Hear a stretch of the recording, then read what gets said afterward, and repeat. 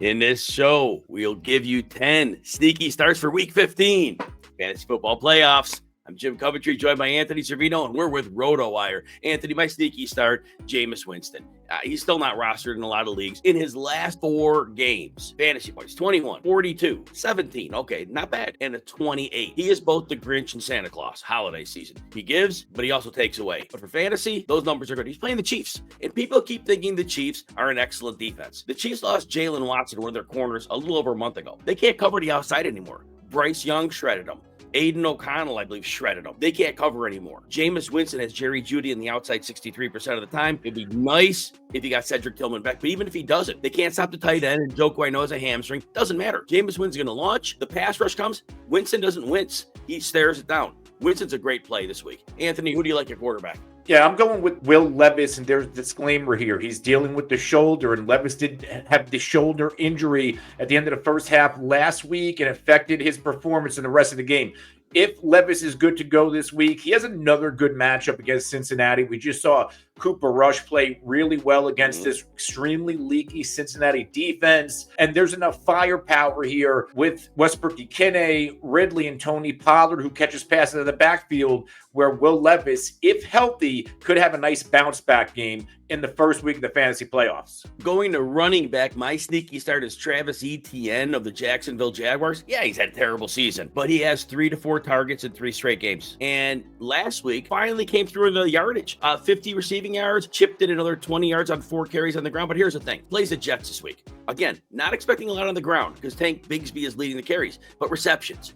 The Jets are one of the worst units in the league in defending receivers out of the backfield. And after we saw what Etienne could get done last week, if you're stuck this week and you need that sneaky flex play, Travis Etienne could get you done in the PPR league. Anthony, who's your running back? At running back, I'm going to Gus Edwards, and I get it. Gus Edwards has not been good. Neither has this Chargers offense since the J.K. Dobbins injury. But he scored in 2 out of his past 3 games. We know he's the short yardage goal line back, and he gets Tampa this week. Tampa, they give up the 20th most fantasy points to enemy running backs, and we know Gus, he's going to get the opportunity, especially within the scoring distance. He had 4 red zone carries last week, 2 of which inside the 5, and he's actually had 3 carries inside the 5 in the past 3 games. So I like Gus Edwards with some touchdown upside in Week 15. Hey, if you enjoy videos like this, please consider hitting the like button and subscribe to the RotoWire Fantasy Football channel on YouTube. Also, you can check out all of our fantasy football content and other sports, and you get a free 2-day trial. You don't even need a credit card. Go to rotowire.com/Jim, check us out, get 2 days, just goes away if you at the end of those 2 days. If you like it, join us. If not, we're happy you took a look.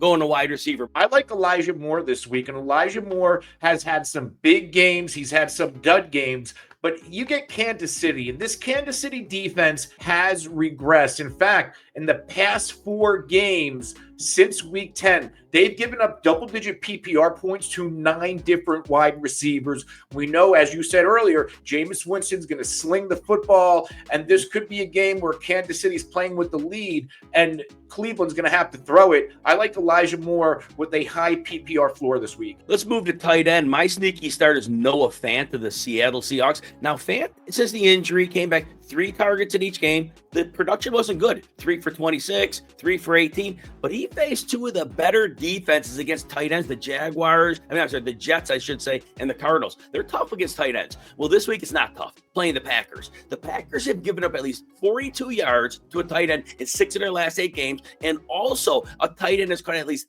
5 passes against Green Bay in 7 of their last 9 games. So if you need a little PPR help at tight end, Noah Fant's a good place to look. Anthony, who's your tight end? At tight end, I'm going with Juwan Johnson, and we know what's going on with the Saints. They're banged up all over the place on offense. He's one of their best playmakers still available. In the past 2 games, he's had at least 5 targets, 4 receptions, and 36 yards, and an 8.6 PPR point floor. In 2 out of his past 3 games, he's had double-digit PPR points with at least 12 in each and a season best 15 in a tough matchup last week against the Giants. You get Washington this week. Normally, Washington has been pretty good against tight ends, but they've been a little bit leaky since week 9. Double-digit PPR points in 4 out of the past 5 games. I think Juwan Johnson could be a nice play. Yeah, I like that one. Going to my wild card play for sneaky start, Michael Wilson of the Arizona Cardinals against the Patriots. Did you know that Wilson has between 54 and 57 yards in 3 straight games? Very impressive. He's averaging 4.5 targets. Now he faces the Patriots. They get very little pass rush. And if the Patriots choose to move Christian Gonzalez onto Marvin Harrison, at least, even if they don't shadow him, at least half the time, Wilson will be against the 5'10", 185-pound Jonathan Jones. And how big is Wilson? 6'2", 213. And he's a very good downfield target. Without that pass rush getting home, and New England is not held up good against secondary receivers, this could be another good game for Michael Wilson. Who's your wild card, Anthony? My wild card this week is Wan'Dale Robinson. We know Wan'Dale had an outstanding start to the year, double-digit PPR points in every game except one leading up to week 6. Since then, since week 7, he's only had one game with at least 10 points. But this should be a game where he gets back on track. Baltimore gives up a ton of production, especially to the slot wide receiver. And Wan'Dale is coming off an 11-target game, his most since week 6. If you need a sneaky high-floor play at wide receiver, this could be a nice spot for Wan'Dale Robinson in a game where the Giants could be trailing by double digits early.